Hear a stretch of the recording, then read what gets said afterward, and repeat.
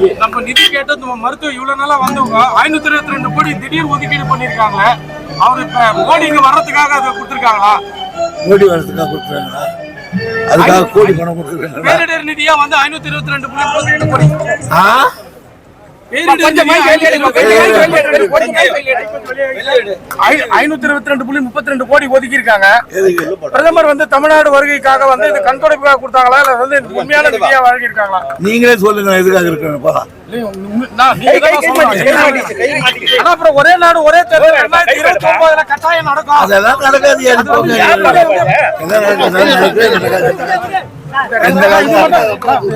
நமக்கு என்னது காட்பாடு அதெல்லாம் நடக்காது. ஒரே நாடு ஒரே பதிலாம் நடக்காது. ஒரே மொழி ஒரே நாடு ஒரே சாமியார் ஒரே காப்பாடு.